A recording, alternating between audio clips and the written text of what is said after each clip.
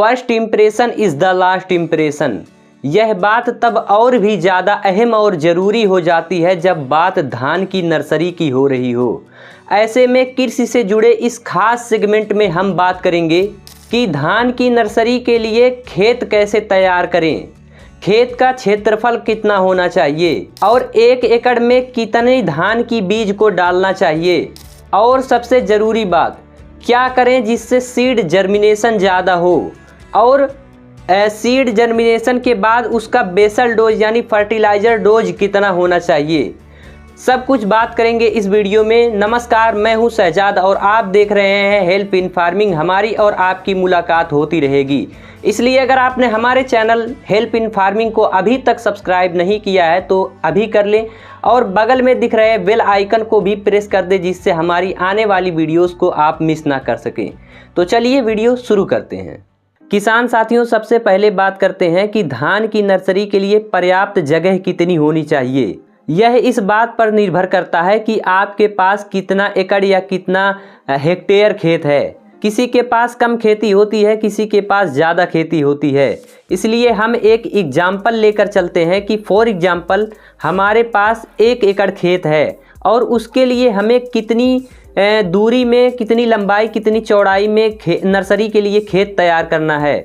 तो 25 बाई 25 का खेत तैयार करना है नर्सरी के लिए। उससे कम नहीं होना चाहिए, उससे ज़्यादा थोड़ा हो जाए चलेगा, क्योंकि अगर आप उससे कम करते हैं तो क्या होगा कि जो बीज है वो एक ही जगह पर ढेर सारी पड़ेंगी, जिससे जो ओवरऑल जर्मिनेशन है वो सही तरीके से नहीं हो पाएगा। तो इस बात का आपको ख्याल रखना है कि 25 बाई 25 से कम नहीं होना चाहिए आपका खेत। दूसरी बात ये कि धान की नर्सरी के लिए खेत कैसे तैयार करें। धान की नर्सरी के लिए खेत तैयार करना है अगर आपको, तो सबसे पहले आपको कल्टीवेटर से गहरी जुताई करनी है।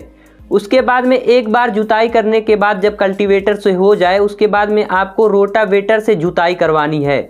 यह इसलिए ज़रूरी हो जाता है क्योंकि जब आप रोटावेटर से जुताई करवाते हैं तो ऊपर की जो मिट्टी है, लगभग 1 इंच से 2 इंच की जो ऊपर वाली मिट्टियाँ होती है वो काफ़ी भुरभुरी हो जाती हैं, जिससे पौधे की जो रूट है, जो प्लांट रूट है, वो आसानी से बढ़ पाती है और कोई भी दिक्कत नहीं होती है। अब बात करते हैं, अगर आप 1 एकड़ में धान की नर्सरी लगाने जा रहे हैं तो उसमें कितनी मात्रा में बीज को डालना चाहिए। यह इस बात पर निर्भर करता है कि जिस बीज का चुनाव आपने किया है वह हाइब्रिड है या फिर रिसर्च है, क्योंकि रिसर्च और हाइब्रिड में ज़मीन आसमान का फ़र्क है, चाहे जर्मिनेशन की बात करें चाहे फिर प्राइस की बात करें। अगर आप हाइब्रिड लेते हैं तो वो कम, उसका बीज आप कम डालेंगे फिर भी वह ज़्यादा हो जाता है, और वहीं अगर आप रिसर्च लेते हैं तो उसकी बीज आपको ज़्यादा डालना पड़ता है। तो फॉर एग्जांपल अभी हाइब्रिड का चलन ज़्यादा है तो हम हाइब्रिड को एग्जांपल लेकर समझते हैं। तो अगर 1 एकड़ में आपको हाइब्रिड की बीज डालनी है, 1 एकड़ के लिए अगर आप नर्सरी लगा रहे हैं तो 3 किलो बहुत ज़्यादा हो जाता है। तो अगर आप रिसर्च बीज का चुनाव करते हैं तो 1 एकड़ के लिए 7 से 8 किलो, कम से कम 8 किलो तो होना ही चाहिए। अभी यह थोड़ा सा डिफ़िकल्ट इसलिए हो जाता है बताना, क्योंकि जब आप बीज जहाँ से परचेज़ करेंगे वहाँ पर जब पूछेंगे तो वो खुद बता देगा कि आपके यहाँ जो जर्मिनेशन किस हिसाब से होता है और कितना डालना चाहिए। ये है जितना मैं बता रहा हूँ उससे आधा किलो ज़्यादा या आधा किलो कम हो सकता है। ऐसा नहीं है कि 3 किलो 4 किलो का फ़र्क हो जाएगा।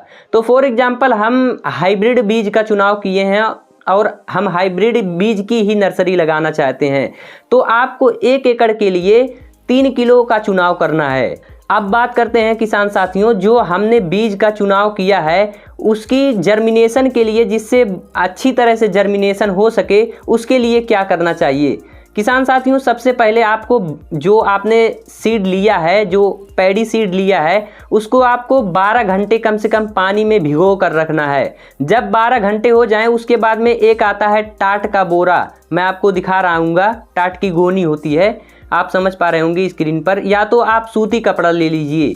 उसे जो भीगा हुआ अभी पैडी सीड था यानी धान का सीड था, बीज था, उसे आपको उसमें कम से कम 11 से 12 घंटे के लिए रख देना है। अब इसमें रखने से फ़ायदा ये होगा कि पौधे की रूट जो है वो काफ़ी तेज़ी से बढ़ जाएगी, लेकिन इसमें ध्यान आपको यह रखना है कि ज़्यादा बड़ी भी रूट नहीं होनी चाहिए, क्योंकि अगर ज़्यादा बड़ी रूट हो जाती है तो उससे उसका जो डिसएडवांटेज ये हो जाता है, उसका नुकसान ये हो जाता है कि वो एक दूसरे से चिपकने लगते हैं, यानी जुड़ जाते हैं। फिर उसमें उसको जब आप छुड़ाएंगे तो उसकी जो रूट है वो टूटने लगती है, फिर वो क्या होता है, नुकसान हो जाता है। तो इस बात का आपको ध्यान रखना है कि ज़्यादा जो प्लांट रूट है वो बड़ी नहीं होनी चाहिए।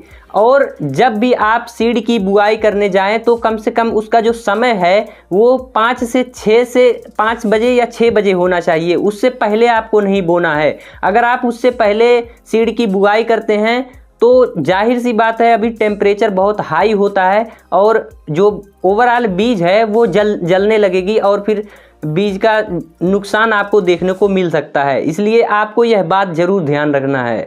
अब बात करते हैं किसान साथियों की बेसल डोज कितना होना चाहिए, यानी 1 एकड़ के लिए अगर आप नर्सरी लगा रहे हैं तो उसमें जो फर्टिलाइज़र की मात्रा होनी चाहिए वो कितनी होनी चाहिए और कौन कौन सी फर्टिलाइज़र को आपको डालना चाहिए।